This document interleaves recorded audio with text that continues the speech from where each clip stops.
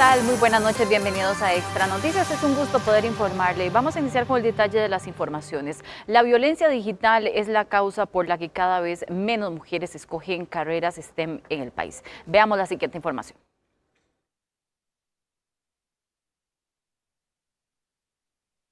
Por burlas, descalificaciones o dinámicas de invisibilización, las mujeres optan por no estudiar este tipo de profesiones. Así lo concluyó un estudio de la Universidad Estatal a Distancia, el cual determinó además que muchos estereotipos son incluso promovidos en el núcleo familiar. Las mujeres que desean seleccionar una carrera en STEM se enfrentan a esas barreras estructurales, incluso desde el seno de su familia, cuando les dicen que estas carreras no son para mujeres, o que son carreras muy difíciles, o que demandan mucho tiempo y por lo tanto no son aptas para ellas. Expertos consultados por el Grupo Extra afirmaron que este tipo de factores también se repiten en otros ámbitos, como por ejemplo el político. La representación femenina desde 1950 era minoritaria, es decir, estábamos hablando que de 1.002 personas que se han electo desde el 1950 al 2022, solamente 214 eran mujeres. El estudio universitario recomienda fortalecer las políticas institucionales, combatir la violencia digital y acompañar a las mujeres desde el ingreso hasta la graduación en este tipo de carreras. Algunas de las profesiones que enfrentan esta discriminación son ingeniería informática, desarrollo web e ingeniería agroindustrial. Bueno, y precisamente vamos a ampliar más sobre este tema. Se encuentra con nosotros aquí en esta mesa de análisis la señora Ariana Acón, quien es investigadora de ciencias exactas y naturales y quien tuvo a cargo de hacer esta investigación. Ariana, muy buenas noches, muchas gracias por acompañarnos en Mesa de Análisis. Buenas noches, Gabriela, muchas gracias por invitarme. Para iniciar, quiero que usted nos comente ¿cómo fue que se realizó esta investigación y algunas de las consultas que ustedes hicieron entre las estudiantes para poder llegar a estas conclusiones que ya adelantábamos en la nota? Claro que sí. Esa es una investigación rigurosa que tiene aproximadamente 4 años y medio. Se presentaron los resultados esta semana en la UNED. Y bueno, lo que se hizo fue un método científico, un enfoque mixto, que significa que está lo cuantitativo y lo cualitativo. Entonces hicimos un cuestionario en línea, 716 estudiantes participaron. Y luego hicimos técnicas cualitativas de producción de información como la fotovoz, el grupo de discusión y las entrevistas a profundidad.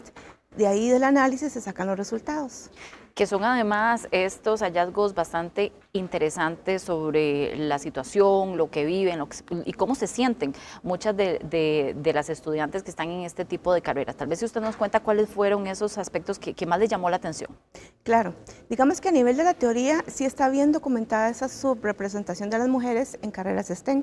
Es un fenómeno mundial, no solamente pasa en la UNED, no solamente pasa en Costa Rica, pero el haber hecho un trabajo de análisis, de participación con las estudiantes por medio de la investigación en acción participativa, nos permite decir que también esos temas afectan a las estudiantes de carreras STEM. Tenemos, por ejemplo, los estereotipos negativos, ¿no? Ahí la voy a interrumpir tal vez para explicar, ¿verdad?, cuáles son esas carreras STEM, porque a veces no las tenemos como identificadas. ¿De qué estamos hablando? Carreras de ciencias, tecnologías, matemáticas e ingenierías. Ok. Entonces, por ejemplo, un estereotipo, las personas no nacemos con los estereotipos, se forman en el hogar. Y luego cuando vamos al colegio, a la escuela, a la universidad, se refuerzan esos estereotipos. Y sí, la mayoría son negativos. Por ejemplo, cuando dicen que las mujeres no somos buenas en matemáticas y que los hombres sí.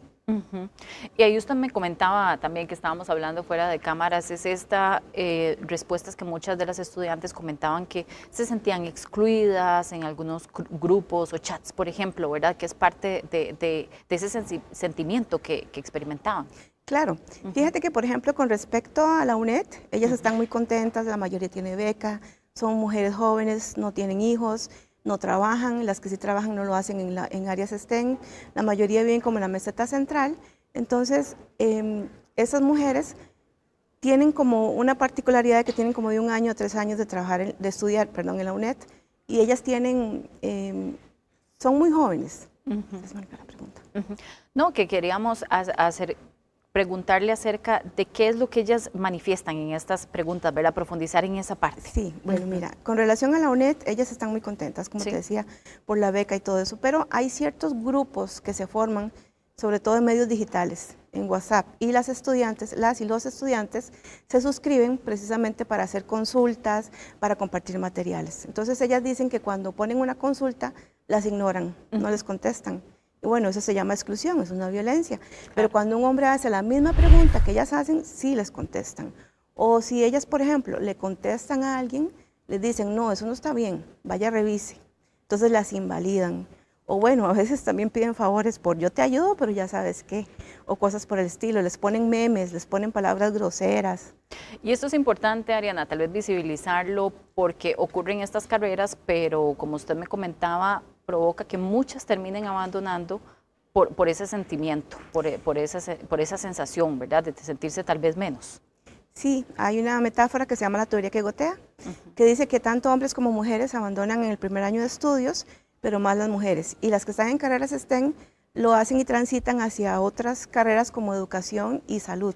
¿Por qué? Porque hay un estereotipo que dice que las mujeres somos o tenemos más habilidades para cuidar y nutrir y por lo tanto debemos estudiar ese tipo de carreras, mientras que los hombres son más proveedores. Aquí ustedes mencionan en algunos datos que estoy leyendo por acá en el informe que persisten estos mecanismos de exclusión, ¿verdad? Me gustaría que tal vez usted nos ayudara a poder identificarlos porque podemos tener familia, hay mujeres jóvenes que tal vez están pensando en estudiar una carrera de este ámbito de las ingenierías, pero que es importante destacar también de este tipo de conductas que no son adecuadas, por decirlo de alguna manera, como estos estereotipos o micromachismos. ¿Qué podrían ustedes identificar para poder visualizarlo? Yo creo que lo primero que tenemos que identificar es la normalización y la justificación. Es decir, cuando nosotros aceptamos como normales estas conductas que no lo son, y por lo tanto nos quedamos calladas, no decimos nada y nos autoexcluimos. Eso quiere decir que estamos ahí pendientes por si alguien comparte algún material que nos sirva, pero no nos atrevemos a preguntar o a hacer cosas así. Entonces, ¿qué pasa? Estas mismas cosas las llevamos al trabajo. Cuando llegamos al trabajo, seguimos encontrando este mismo tipo de actitudes por parte de los jefes, de los compañeros, en el sentido de que se burlan de las mujeres, que las excluyen, no las toman en cuenta. Y bueno, pues estamos en el 2026, o sea, es como sorprendente y realmente chocante, por decirlo así, que todavía las mujeres tengamos que vivir esta violencia de género. Claro. Y por eso te agradezco por haberme invitado, porque esto hay que visualizarlo, hay que hablar de esto, tenemos que conocerlo, porque si no sabemos que cuando alguien no te contesta, eso es exclusión, te están ignorando, es una violencia, o la que acabas de mencionar, ¿verdad? Los micromachismos, cuando los hombres nos interrumpen constantemente, cuando se apropian de nuestras ideas y cosas por el estilo. Si no sabemos que son violencias, ¿cómo vamos a poder defendernos? Eso es importante y también quería destacar un aspecto que usted me comentaba y que creo que es importante también, el tema de que la inteligencia artificial, me decía usted, absorbe también este tipo de comportamientos. Explíquenos un poco eso para poder entender mejor. Claro, claro. Lo que pasa es que la inteligencia artificial se alimenta de los datos que ponemos ahí, los que ponemos en Facebook, en TikTok. Todo eso son como un montón de datos y la inteligencia lo que hace es que los usa y los analiza.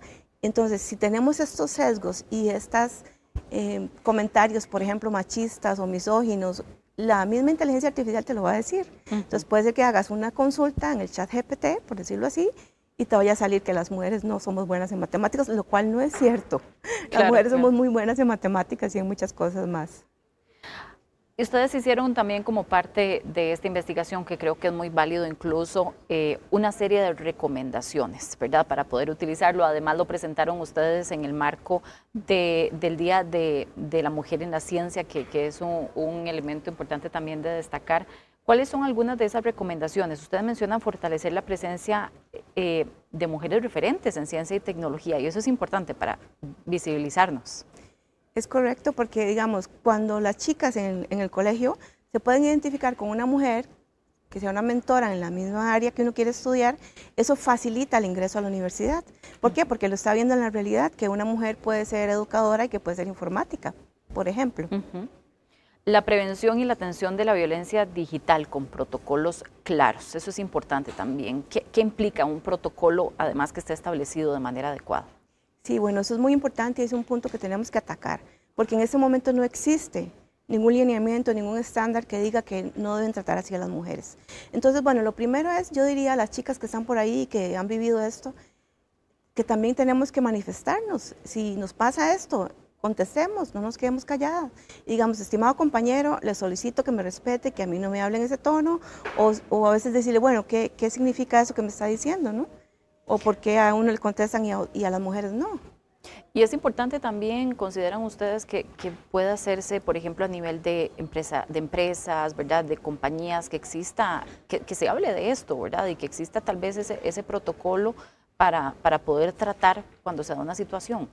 Sí, yo pienso que es muy importante que nos organicemos porque vamos para ahí, vamos para la inteligencia artificial, cada día vamos a estar más en medios virtuales, entonces sí deberíamos establecer algunas pautas y lineamientos que digan que no se permite ese tipo de conductas en estos espacios, a pesar de que no sean, por ejemplo, espacios de la UNED específicamente. En diferentes instituciones o en cualquier área donde se dé. Un acompañamiento continuo, y creo que aquí es importante también mencionar esos programas de mentoría, como decía usted, ¿verdad?, cuando vemos a otras personas, pero ese acompañamiento es parte de que otras mujeres se sientan también acompañadas en una situación similar.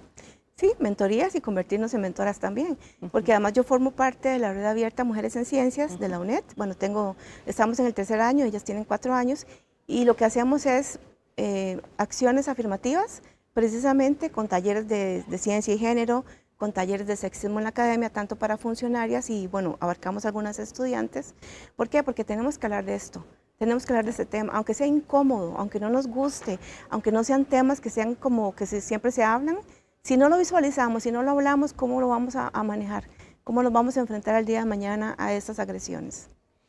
Y hablamos también de justamente esas intervenciones tempranas, porque usted menciona no solamente lo ven ustedes a nivel universitario, ¿verdad?, pero cuanto antes, mejor. Sí, bueno, digamos que la teoría señala algunas de las causas por las cuales las mujeres sí seleccionan STEM o carreras STEM. Por ejemplo, que desde niñas estén vinculadas a las tecnologías, de que tengan padres que estén en la tecnología también, que sean de estas profesiones, o de que tengan compañeros, compañeras en la escuela y el colegio que también como que se inclinen hacia estas áreas. También habla de que las mujeres con una condición socioeconómica desafiante y de zonas rurales normalmente son las que más escogen estas carreras porque es un medio para tener una vida socioeconómica mejor. ¿Por qué? Porque estas carreras son las que tienen menor índice de desempleo, mejores salarios y mayor oferta laboral. Eso es importante también. Justamente son, por ejemplo, carreras que se pueden desarrollar en empresas multinacionales, por ejemplo, ¿verdad?, donde ofrecen mayores oportunidades, podríamos pensarlo así. Claro, porque si usted se fija, en informática siempre hay trabajo, porque son muchas áreas, es no solamente, por ejemplo, que van a programar, que era una de las recomendaciones que hacían las estudiantes, o sea, hacer más divulgación, pero con ese énfasis, de que no es que todas las que estudian informática van a tener que programar, no, pueden ser, por ejemplo, líderes de proyectos, pueden trabajar en calidad del software, pueden trabajar en soporte técnico y hay muchas otras áreas también. Hay un dato bastante interesante, usted lo mencionaba ahora, pero me gustaría puntualizar en esto, y es que las estudiantes ingresan a carrera, pero no terminan generalmente. ¿Cómo es este comportamiento, tal vez? Sí, algunas se pasan a otras carreras. De hecho, yo me fui 2 veces. Soy el ejemplo. La primera vez fui, luego regresé y luego como a mediados de carrera también casi que volví a abandonar y en un año gané solo 3 asignaturas, porque es que son barreras estructurales que están en la sociedad. Entonces nos enfrentamos con este ambiente que es un poquito difícil, ¿no?, para las mujeres. Voy a ponerte un ejemplo. Un día estábamos en clases y venía yo de un curso de cocina y tenía un pedacito que hay a la par y un profesor dijo algo así como, bueno, y si no entienden y no saben, entonces váyanse a llevar un curso de cocina. Y yo, yo vengo de un curso de cocina. Sí, son comentarios que pueden generar una reacción también o desmotivación en las estudiantes. Claro, además es una brecha, digamos. Ves que en informática, tanto en el trabajo como en los estudios, en la UNED, en la carrera de diplomado en informática, es como más o menos 30% mujeres, 70% de hombres. Entonces, Ariana, ¿y qué recomendación tal vez le podría dar usted a mujeres jóvenes que le están viendo, que tienen esa inquietud de inclinarse por alguna carrera del área de la ingeniería, pero que lo tienden a dudar un poco también por ese tipo de estereotipos que existen? Claro, Yo les diría que sí, claro, esas carreras sí son para mujeres, que las mujeres sí tenemos las habilidades, la inteligencia y las destrezas y que no tenemos que estar probando todo el tiempo. Bueno, mejor me voy a referir a lo que dice Zen, que a mí me encanta porque él dice que la libertad es precisamente como decidir ser quien quiero ser en el momento que lo deseo ser, o sea, que la persona tenga la libertad de escoger lo que valora en su vida. Si una mujer quiere estudiar una carrera en STEM, y de verdad le gusta, pues entonces que ni lo piense, que entre y que sí sepa que nos vamos a enfrentar a este tipo de actitudes, pero que si también tienen la resiliencia para enfrentarlas, no hay ningún problema. Pero el problema es cuando una mujer quiere estudiar una carrera de estas y se decide por una que no sea una de estas, porque precisamente tiene miedo a que sean muy difíciles, que tengan mucha matemática, que son carreras muy masculinizadas o que hay muchos hombres, que es una de las razones que dicen los papás, no, es que esas carreras son para hombres, por ejemplo. Pero no, hay que empoderarse, hay que dar un primer paso. Mire, ocupamos más mujeres en puestos de liderazgo y de toma de decisiones, porque si no estamos ahí, no estamos siendo representadas. Estamos siendo representadas, eso es muy importante también. ¿Qué, desde su perspectiva, en cuanto a políticas públicas también, incluso desde el ámbito educativo muy temprano, podríamos o deberíamos reforzar como país para impulsar más estas áreas? Esa es una muy buena pregunta, porque fíjate que precisamente se llama la perspectiva de género, ¿no? Tiene que estar presente en todas las áreas de la universidad, pero además tenemos que fortalecer desde el kinder, desde la escuela, que las niñas tengan más contacto con estos talleres de robótica, con talleres de Arduino, de programación, para que vayamos perdiendo este miedo y también buscar más mujeres mentoras y referentes que sean maestras y profesoras, pero de las buenas, no de las que le dicen a la mujer, usted tiene que dar más, es que a usted le toca trabajar el doble. ¿Por qué? Porque usted tiene que demostrar que usted puede ser mejor que los hombres. O sea, de las que sí son que te van a apoyar para que estudies una carrera de estas. Y qué interesante, porque eso también es otro estereotipo, ¿verdad? De una línea distinta, pero que también se fomenta mucho en las mujeres, ¿verdad? Ese exceso de trabajo. Sí, pues es que las mujeres también lo pasamos, ¿verdad? Los estereotipos. Resulta que hay algo que se llama la triple jornada, que es cuando las mujeres tenemos a veces 2 trabajos y luego llegamos a la casa a atender a la familia, a atender a los hijos y bueno, a veces algunas excluyen también a los hombres del cuidado de los hijos. Claro. Y bueno, Sen habla también, ese señor me gusta mucho, Amartya Sen, es un economista, es ganador de un premio Nobel de la India. Él dice las desigualdades de género en las familias o las disparidades de género en la familia. ¿Por qué? Porque no solamente recaen en el ingreso, sino que también recaen en las tareas domésticas no remuneradas, en el cuidado de atención hacia los familiares y resulta que en la libertad que se otorga a los miembros de la familia y en aquellas que cae la mayor responsabilidad, que generalmente son mujeres, entonces se les limitan las oportunidades de estudiar y de poder realizarse en otras áreas. Ariana, y tras hacer este estudio, este análisis riguroso que usted nos ha explicado con estos comentarios de las mujeres, ¿se toman estas recomendaciones? Además, ¿han realizado también ajustes o están aplicando algunos cambios para poder apoyar a estas estudiantes? Sí. En la UNED, por ejemplo, ya tenemos, bueno, te comenté de la red abierta Mujeres en Ciencias. Tenemos 2 años de dar la semana STEM, que es en junio, porque el 23 de junio es el Día Internacional de la Mujer en la Ingeniería, que yo no lo sabía, una de las estudiantes me lo dijo. Entonces, en esa semana tenemos charlas de empoderamiento, de, por ejemplo, síndrome del impostor, de la construcción y deconstrucción de la brecha de género, incluso de nuevas masculinidades para los hombres, es específica esa charla. Y hacemos muchas actividades. Yo creo que ahora lo que tenemos que concentrarnos más bien es en atraer, retener y graduar más mujeres en estas carreras STEM, con la ayuda, obviamente, de las autoridades de la universidad, ¿no? Porque se ocupa el apoyo institucional. Y tenemos las herramientas, porque existen colegios científicos, ¿verdad? Hay colegios técnicos también, pero a veces falta un pequeño empujón adicional. Sí, falta un poquito más. Yo creo que tenemos que creérnosla, en primer lugar. Porque esa es una de las cosas, bueno, hay una de las cosas que te comentaba, ¿no?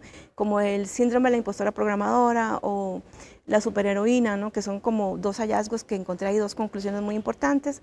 Porque el problema es, sí, a veces los estereotipos vienen desde la familia y luego llegamos ahí a un ambiente que no nos ayuda mucho, entonces terminamos creyendo que no, es que esto no es para mí, que tal vez yo no soy buena para programación, que tal vez es que yo no entiendo bien, entonces mejor me paso a otra carrera, como salud, educación, psicología. Que no está mal, como decíamos, pero tiene que nacer desde lo que la persona realmente quiera hacer con su vida, digamos. Digamos que ahí me refiero otra vez a Zen y la libertad, Sí. porque yo lo veo desde mi perspectiva, yo lo entiendo así, ¿no? Es la libertad de poder ser y hacer lo que yo quiero ser, aunque sea repetitivo. Pero resulta que si, lo dije el otro día, que si una estudiante quiere hacer una carrera STEM y desde un principio encuentra todas esas barreras estructurales, le va a costar más. Mientras que si una mujer quiere estudiar educación, primero y segundo ciclo en la UNED, y esa es su vocación, eso es lo que ella quiere hacer en su vida, y eso es lo que le llama perfecto, o sea, es genial. Pero entonces, ¿por qué las mujeres en estas carreras tienen que enfrentarse a estos sesgos y a estos estereotipos y sí, lamentablemente a mí no me gustaba hablar así, pero es violencia de género, es violencia contra las mujeres, y cuesta tanto, en primer lugar, aceptarlo, y luego hablar de esto, es súper difícil visibilizarlo, exactamente. Muchas gracias por el espacio. No, Ariana, muchas gracias a usted también por contarnos acerca de este estudio, de esta investigación, además su experiencia propia en estas áreas. Y finalmente, un último mensaje. Le queremos abrir el espacio para que usted pueda motivar incluso a las familias y a los quienes nos están viendo y que se sientan identificadas también con este mensaje que usted nos está brindando para que quede por ahí. Claro que sí, claro que sí. Bueno, yo siento que creer en nosotras mismas, no dejarnos vencer, o sea, lograr nuestros sueños, como dicen ellas, nuestras metas, y también entender que eso es social, que esto es mundial, que no es que me está pasando a mí. Muchos estudiantes decían, es que yo no sabía que otras se sentían igual que yo. Entonces, agruparnos, vincularnos, trabajar en conjunto, visibilizarnos, hablar de estos temas, esto es súper importante, y yo motivo a todas las mujeres que están en proceso de selección de carrera, que la UNED es una opción, que pueden entrar con beca de una vez y que las estamos esperando ahí en las carreras STEM. Ahí tienen las puertas abiertas. Muchísimas gracias, Ariana, investigadora en Ciencias Exactas y Naturales de la Universidad Estatal a Distancia. Vamos a hacer una pausa y ya regresamos con más de Mesa de Análisis.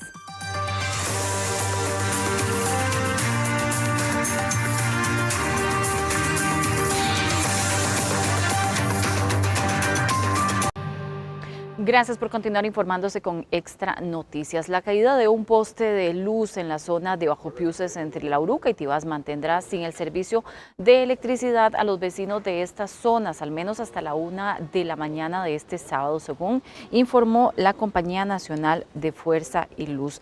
Los daños causados por esta colisión tendría un valor de 5 millones de colones aproximadamente, según estiman los encargados. Mientras tanto, el paso por la zona se mantiene cerrado por la Policía de Tránsito mientras se ejecutan las respectivas labores.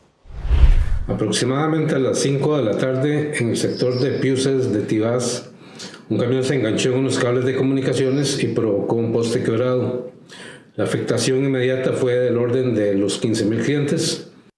Nos percatamos de un par de sonidos de detonaciones como de transformadores. Ahí nos dimos cuenta que algo había pasado aquí en las cercanías y nada más después nos dimos cuenta que en las horas de la tarde un camión se había llevado un poste de luz.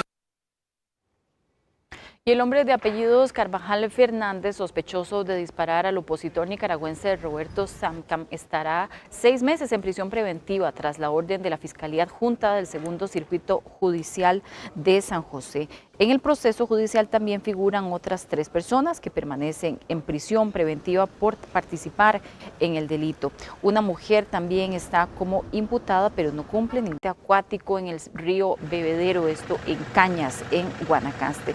El hecho ocurrió mientras 2 hombres pescaban y la lancha en la que se encontraban se volcara. Uno de los hombres logró salir, pero el otro fue arrastrado por la corriente.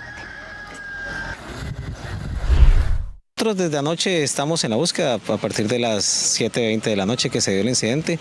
Se ha trabajado, inclusive anoche se trabajó con un dron, con cámara de visión térmica. Participó Fuerza Pública, personal de Cruz Roja Costarricense y habitantes de la zona. En otras informaciones, los magistrados del Poder Judicial y del Tribunal Supremo de Elecciones deberán presentar un informe anual de rendición de cuentas ante la Corte Suprema de Justicia y la Asamblea Legislativa. El proyecto, aprobado por los diputados con 38 votos, establece que esta obligación responde a los principios de transparencia y probidad. Además, convierte en falta grave el incumplimiento. El plazo para rendir el informe será contado desde el nombramiento y deberá remitirse un mes después al cumplimiento de la anualidad, salvo en el año en que se discuta la reelección. Y va a pasar mucho porque tengan que rendir cuentas y tengan que decir no solamente lo que hacen en sus propias salas, sino lo que están haciendo en el Poder Judicial para solucionarle la vida a los costarricenses. Y tras meses de espera, la familia de la joven Nadia Peraza finalmente llega a una de las etapas clave más importantes del proceso judicial. El debate por el femicidio ocurrido en el año 2024 iniciará el próximo miércoles 18 de febrero a las 8 de la mañana en los tribunales de Heredia. Por la gravedad de los hechos atribuidos al señalado de apellido Busano Paisano, la familia de la víctima espera no solo justicia, sino que caiga además todo el peso de la ley. Mientras el abogado defensor dijo que afina los últimos detalles para el contradictorio. Se pensaba que solo era el delito de femicidio. Lamentablemente hay 21 delitos, 9 delitos de suplantación de identidad, 11 delitos de estafa informática, el femicidio y un delito de sustracción patrimonial. Y en total vamos a pedir 196 años de prisión. Y el empuje frío número 14 dejó diferentes comunidades en Talamanca con inundaciones por la crecida del río Zixaola. Tanto la Cruz Roja Costarricense como la Comisión Nacional de Emergencias trabajaron en la evacuación de 86 personas, entre mujeres, niños, adultos mayores e incluso algunas mascotas. En Matina, varias comunidades indígenas quedaron incomunicadas. La comisión brindó ayuda para atender las necesidades básicas de alimentación e higiene de 113 familias. Aunque ya no tenemos empujes fríos en la región, la presión atmosférica sigue favoreciendo la presencia de vientos alisios que arrastran humedad hacia nuestro territorio. Por ello, hacemos un llamado a permanecer atentos a los cambios en el entorno. Y un grupo de 900 privados de libertad están afectados por un brote de diarrea en la cárcel de la Reforma. Debido a esta emergencia sanitaria se suspendieron las visitas en los ámbitos A y B con la intención de que no se propague más el brote. La medida fue impuesta por el Ministerio de Salud junto con la intención de resguardar la salud de los privados de libertad, del personal carcelario y también de los visitantes. Esto en relación a atender la situación sanitaria y las medidas preventivas de atención a esta población. Hasta el momento no ha sido necesario remitir a ninguna persona privada de libertad fuera del sistema penitenciario para su atención en centro hospitalario. Y un hombre fue asesinado con 4 impactos de bala en el abdomen y también en el tórax la madrugada de este viernes en el sector de Garavito de Aguasarcas, en el cantón de San Carlos. Según la información preliminar, minutos antes del ataque habría tenido una discusión con 2 personas en un bar.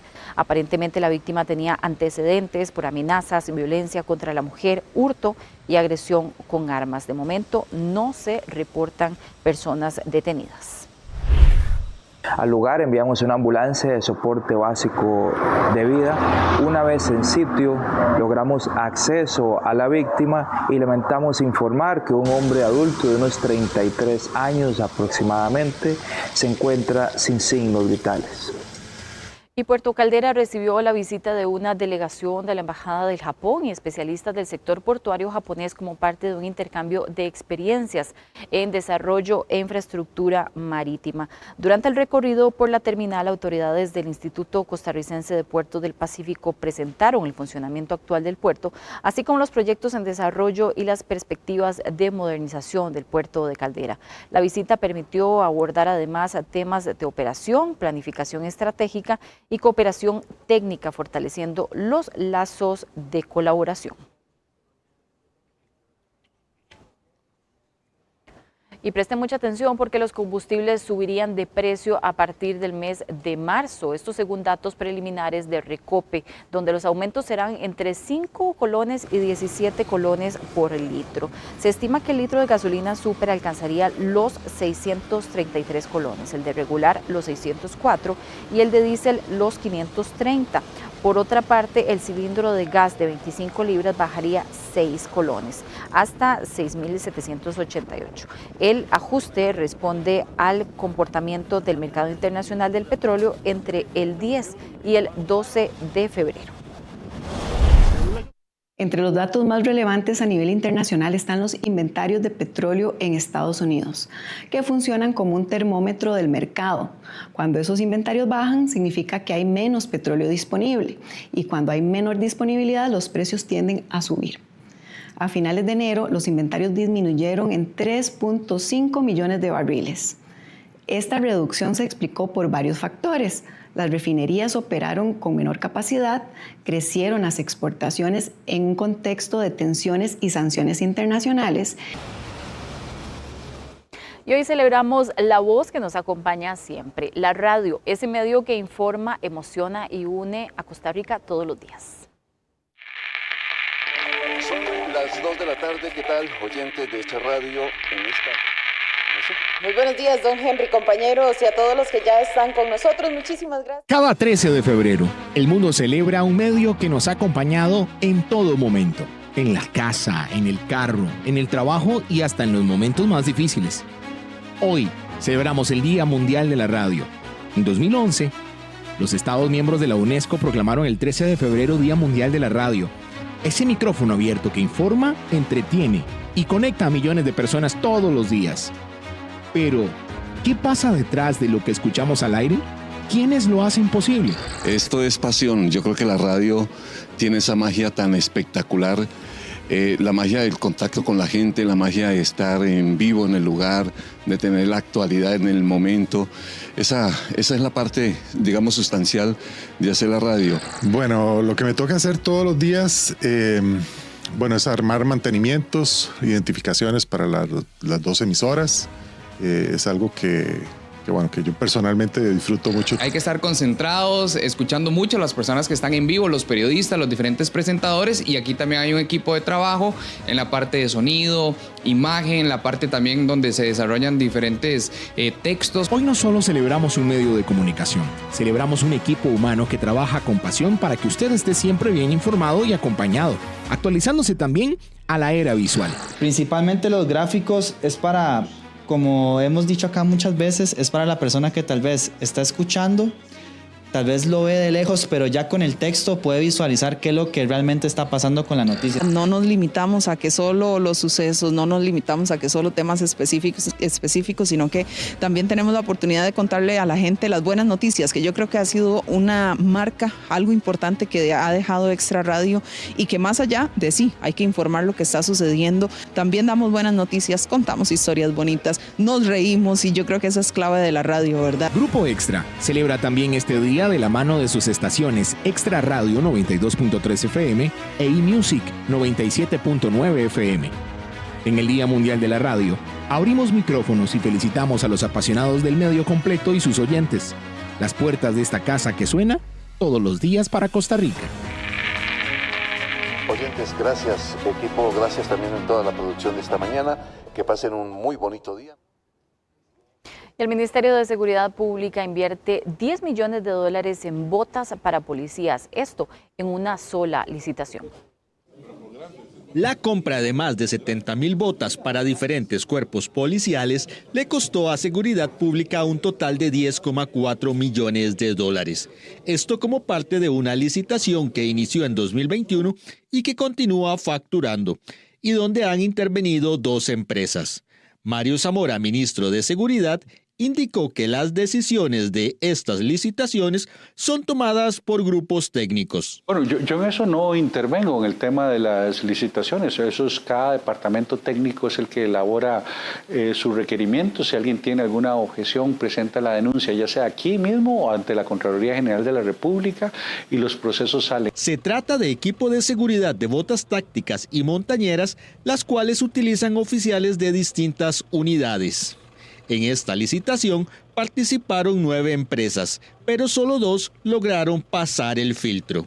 No son botas que ese equipamiento y cualquier otro no surge de la idea de una sola persona, son reuniones de grupos técnicos los que termina dando el aval a un determinado adquisición de equipo. Seguridad Pública abrió en 2024 otra licitación en la que 3 diferentes empresas han participado con una cifra cercana a los $2 millones. Y tras la entrada en vigor de la ley para bajar el precio de medicamentos, el Ejecutivo espera cumplir su promesa de bajar el costo de los fármacos. La iniciativa genera polémica entre el gobierno y el Colegio de Farmacéuticos. Si piensa que comprar medicamentos en Costa Rica es caro, la nueva ley para fomentar la competencia en el mercado de fármacos ya es una realidad. La normativa introduce cambios en la homologación de registros sanitarios para medicamentos aprobados en países de alta vigilancia, así como un precio internacional de referencia desde el ingreso al mercado y la prohibición de contratos de exclusividad. El proyecto que va a bajar el precio de los medicamentos ya es ley. Se firmó esta semana. ¿Y cómo va a bajar el precio de los medicamentos? Bueno, se le va a decir a los grandes laboratorios internacionales cuál es el precio de referencia de cada medicamento después de un estudio técnico. Desde el Ejecutivo sostienen que estas medidas aumentarán la competencia y permitirán que los consumidores paguen menos en el mercado privado. Sin embargo, el Colegio de Farmacéuticos advierte que la discusión no puede centrarse únicamente en el factor económico. El proceso de registro sanitario es un proceso que da protección a los pacientes, ya que lo garantiza, o es un proceso que lleva el Ministerio de Salud, por lo cual da garantía de que los productos que llegan a los pacientes son seguros, eficaces y de calidad. Aunque la ley ya está vigente, el debate continúa. La confrontación ahora se traslada a la etapa de reglamentación, donde se definirá si el equilibrio entre competencia y salud pública logra sostenerse. Y las gaseosas serían más caras por un nuevo impuesto a las bebidas carbonatadas. Según denuncian las cámaras empresariales, este gravamen se aplicaría mediante una moción al proyecto de ley de reforma al ICODER.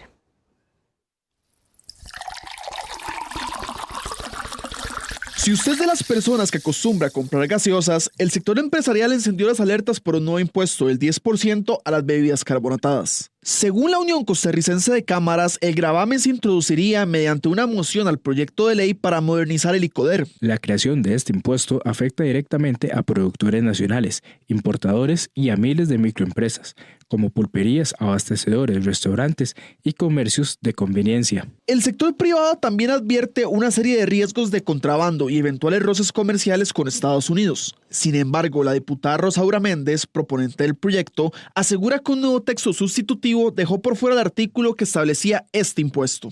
Como aclaración para las cámaras de industria y comercio, hemos eliminado el artículo donde se incluía el porcentaje o el impuesto que se le pretendía poner a las bebidas carbonatadas. Esto a solicitud de algunos de ustedes que pues lo han pedido. Sí quiero aclararles que si este país necesita deporte, tenemos que ver de dónde sacamos los recursos. Las cámaras advierten que la creación de impuestos con destino específico para financiar instituciones públicas contradice buenas prácticas fiscales internacionales. Desde el 20 de octubre del 2025 se capturaron 8.436 caracoles gigantes africanos en Heredia. Solo en enero se recolectaron 326 ejemplares. Los focos se mantienen en las localidades de Mercedes y San Lorenzo de Flores, con anillos de contención de 78 hectáreas cada uno. Los caracoles son sacrificados por congelación y luego incinerados. Esta especie puede medir más de 17 centímetros y poner hasta 1.000 huevos al año, vivir además hasta 6 años, lo que explica su rápida propagación. No se debe tocar, ¿verdad? No se debe tocar con las manos directamente. Utilicen unos guantes utilicen alguna bolsa, lo depositan en un recipiente, toman las fotografías respectivas y esperan la recomendación. Bueno, y preste mucha atención si está en proceso de obtener su licencia de conducir, porque a partir de este lunes se entran en vigencia cambios importantes en el material que se utiliza para la prueba teórica. Veamos de qué se trata. A partir de este lunes, quienes buscan obtener su licencia de conducir tendrán a disposición los nuevos manuales del conductor, que serán utilizados en la prueba teórica de manejo a nivel nacional. El anuncio fue realizado por el Ministerio de Obras Públicas y Transportes a través de la Dirección General de Educación Vial, en alianza con la Imprenta Nacional, quienes confirmaron que los manuales empezarán a evaluarse a partir del 2 de marzo del 2026. El manual en realidad ha sido altamente revisado con los técnicos del Consejo de Seguridad Vial, con personas especializadas en el tema de la pedagogía, y está realmente a un costo muy accesible porque son 3.500 colones por un libro que ya lo vieron ustedes, supera las 350 páginas. Tanto la producción como la comercialización de los nuevos manuales estará a cargo de la Imprenta Nacional y podrán comprarse en sus oficinas de La Uruca, en el Registro Nacional de Zapote y en la sede de Educación Vial de Paso Ancho. Además, las personas interesadas pueden solicitar el manual por correo electrónico y recibirlo en cualquier parte del país gracias al envío a través de Correos de Costa Rica. Un manual de 6 capítulos donde se va a reforzar mucho en la parte de factores de riesgo dependiendo del tipo de vehículo que la persona va a maniobrar. Las autoridades aclararon que hasta el 27 de febrero las pruebas se mantendrán sin cambios y recordaron que el costo del examen teórico sigue siendo de 5.000 colones, así como los requisitos para matricular. Y apenas un 9% de la población activa en la fuerza de trabajo cuenta con un plan de ahorro voluntario, según los datos de la Superintendencia de Pensiones. Este se considera un pilar fundamental del sistema de pensiones que incluye el régimen básico de la Caja Costarricense del Seguro Social y el régimen obligatorio. En el país existen más de 214.000 cuentas administradas por las operadoras. Sin embargo, solo se recibieron 90.000 aportes en los fondos. Usted define quiénes serán los beneficiarios de ese plan voluntario y además, si usted es asalariado, usted aporta un plan de pensión voluntaria, usted tiene exención.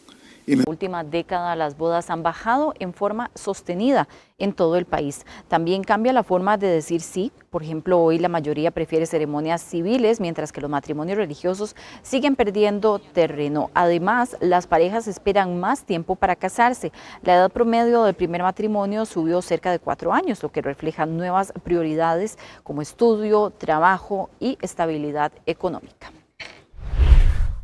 En lo que se refiere a matrimonios entre personas del mismo sexo, la cantidad anual de estas uniones ha oscilado en lo que llevamos de esta década. Para 2021 fueron 838, la cifra más alta en este periodo, y en el 2024 se registraron 637. Grupo Extra conversó con algunas personas sobre este tema y esto fue lo que nos dijeron. ¿Usted cree que los matrimonios subieron o bajaron? Bajaron. ¿Usted ahora cree que las personas se casan más adultas o más jóvenes? Sinceramente más mayorcillas, porque ahora los jóvenes no quieren comprometerse. ¿Usted puede decir si usted cree que los matrimonios subieron o bajaron? Bajaron. ¿Usted cree que las personas se casan ahora más adultas o más jóvenes? Más jóvenes. ¿Por qué cree eso? Porque ya ahora no existe el matrimonio. Y ahora solo, como le dicen ahora, marinovios o amigos con derecho. ¿Usted cree que los matrimonios subieron o bajaron? Bajaron. ¿Cree que las personas se casan más adultas o más jóvenes ahora? Más adultas. ¿Por qué cree eso? De ahí ahora tal vez es como el concepto, la tendencia a esperar un poco más. Ahora yo creo que las personas se casan más adultas. ¿Usted cree que ahora hay más matrimonios o menos matrimonios que antes? Diría que menos. ¿Por qué cree eso? Creo que la gente no está menos dispuesta a comprometerse en ese sentido. Ya no se ven en las relaciones. Y las condiciones climatológicas condicionan la venta de productos en la previa de San Valentín. Aún así, los comerciantes no pierden la esperanza de que las ventas repunten este sábado.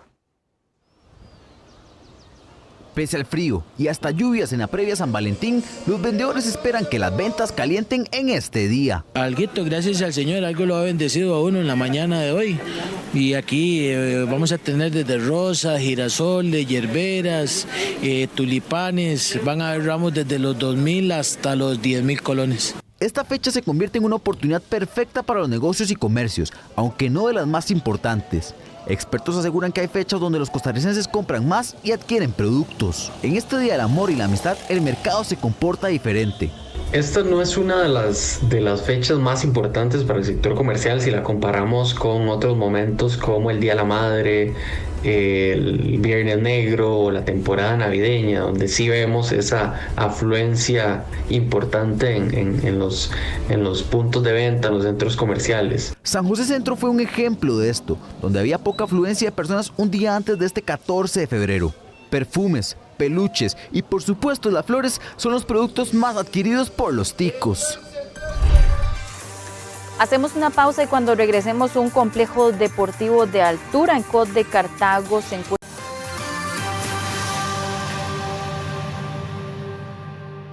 Y un complejo deportivo de altura en Cot de Cartago presenta deterioro y abandono pese a una millonaria inversión.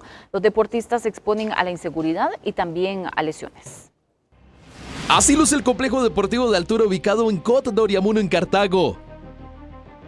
Ese proyecto fue fundado en el 2024 tras una inversión de aproximadamente 580 millones de colones gracias a un convenio entre el ICODER y la Municipalidad de Oriamuno. Pero lo que era un espacio para fomentar el deporte y generar reactivación económica en el distrito, se convirtió en esto.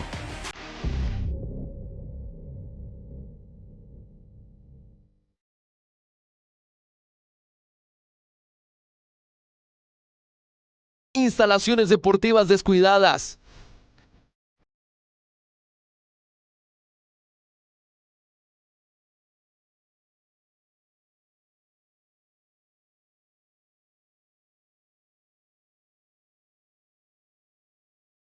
La inseguridad se apoderó del recinto.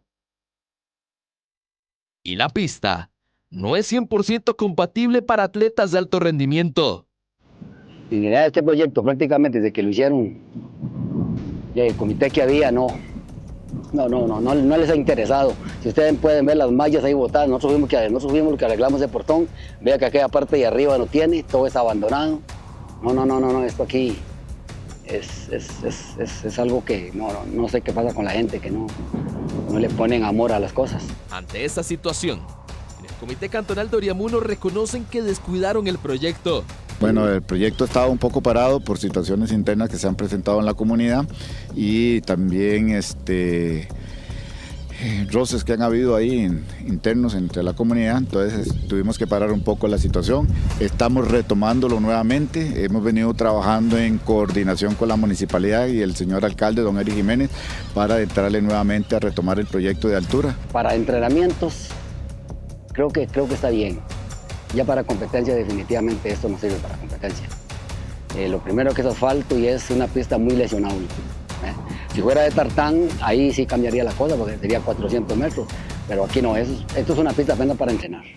Tanto los vecinos de Cot como los diferentes deportistas esperan una pronta respuesta.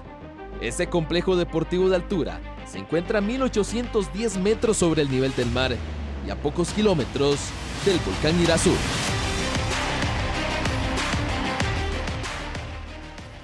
Y es que tras el abandono de este complejo deportivo de altura en Cot de Cartago, el alcalde de Oriamuno, Eric Jiménez, confirmó que invertirán 12 millones de colones. Dicho monto será destinado a mejorar la seguridad y trabajar en las áreas debilitadas. Los fondos son propiamente municipales y provienen del impuesto al cemento y del impuesto de bienes inmuebles. En estos próximos días tendrán nuevas reuniones junto al Comité Cantonal de Oriamuno para retomar los trabajos en este centro. Bueno, con el complejo deportivo de altura que fue en su momento financiado por el ICODER y que ahora está en manos también de una junta administradora. En este momento está la municipalidad, está la Asociación de Desarrollo y está el Comité Cantonal de Deportes. Estamos haciendo inversión este año, por cierto. Quiero comentarte que viene una inversión de 12 millones de colones para mejorar la seguridad perimetral del lugar y esperamos también hacerle más inversión para mejorar el tema de la cancha como tal. Y este viernes en Grupo Extra compartimos un importante acto de solidaridad. Convertimos un espacio de nuestras instalaciones en un centro de donación de sangre. En Costa Rica las donaciones voluntarias de sangre no superan el 65%, muy por debajo del 100% recomendado por la Organización Panamericana de la Salud. Una sola donación puede beneficiar hasta 4 personas, ya que de cada bolsa se obtienen glóbulos rojos, plasma, plaquetas y crioprecipitados, material biológico utilizado en emergencias como cirugías, tratamientos crónicos, trasplantes, cáncer, quemaduras y otras atenciones de alta complejidad. Importante que sepan que la persona tiene que pesar más de 52 kilos, ¿verdad? Medir más de 1,50 también, ¿verdad? Tatuajes y piercings pueden hacerlos después de 6 meses de haberse hecho el procedimiento. En Costa Rica, el 35% de las donaciones se realizan únicamente cuando un familiar o amigo necesita reponer sangre. Como ya es tradición, en Grupo Extra apoyamos la vida y damos esperanza a través de la donación de sangre. Nuestros compañeros hoy decidieron donar. Gerson, ¿qué tal? No, todo bien, positivo, sí. Ajá, ¿y siempre lo ha hecho o qué? Cuente. Sí, ya he donado yo como unas 3, 4 veces con esto. Sumamente importante esta labor. Agradecerle también a los personeros quienes están hoy acá y siempre llamado porque puede ser para nosotros, puede ser un familiar. Estamos sanos, pero el día de mañana no sabemos. Usted puede hacer su donación en el Banco Nacional de Sangre o bien en los departamentos destinados a este propósito en cada hospital del país. Así llegamos al final de nuestra edición. Muchas gracias por habernos acompañado. Que tengan muy buenas noches.